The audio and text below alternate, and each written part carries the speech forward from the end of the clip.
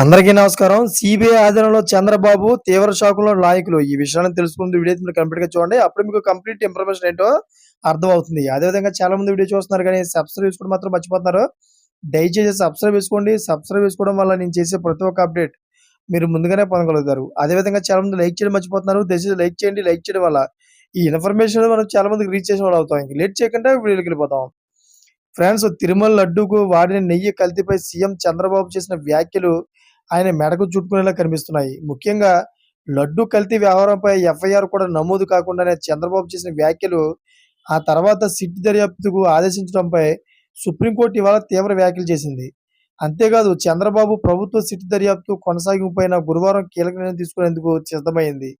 అయితే లడ్డు వివాదంలో సిట్ దర్యాప్తు కొనసాగింపుపైన అభ్యంతరాలు వ్యక్తం అవుతున్న నేపథ్యంలో దీనిపై సమీక్షకు సుప్రీంకోర్టు సిద్ధమైంది. ఈ మేరకు సిట్ దర్యాప్తు కొనసాగాలా లేక మరో దర్యాప్తు చేపట్టాలా అన్న అంశంపై సొలిసిటర్ జనరల్ అభిప్రాయం కొనసాగించింది. అయితే అక్టోబర్ 3న జరిగే విచారణలో సొలిసిటర్ జనరల్ తన అభిప్రాయం చెప్పనున్నారు.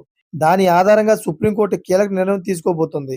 అంటే కేంద్రం ఇచ్చే అభిప్రాయం ఆధారంగా సిట్ దర్యాప్తు లేదా సిబిఐ దర్యాప్తుపై సుప్రీంకోర్టు నిర్ణయం తీసుకోనుంది. దీంతో ఓవైపు సుప్రీంకోర్టు వ్యాఖ్యలతో కంగుతిన్న చంద్రబాబుకి ఇది మరో సమస్యగా మారింది. అయితే సుప్రీంకోర్టు సిబిఐ చేతిలో పెడితే గనక చంద్రబాబుకు సమస్య వస్తుందా? చంద్రబాబు మీద కేసు ఫైల్ అయ్యి జైలుకెళ్తారా అనే ఆరోపణలు అయితే చాలా మంది చేస్తా ఉన్నారు.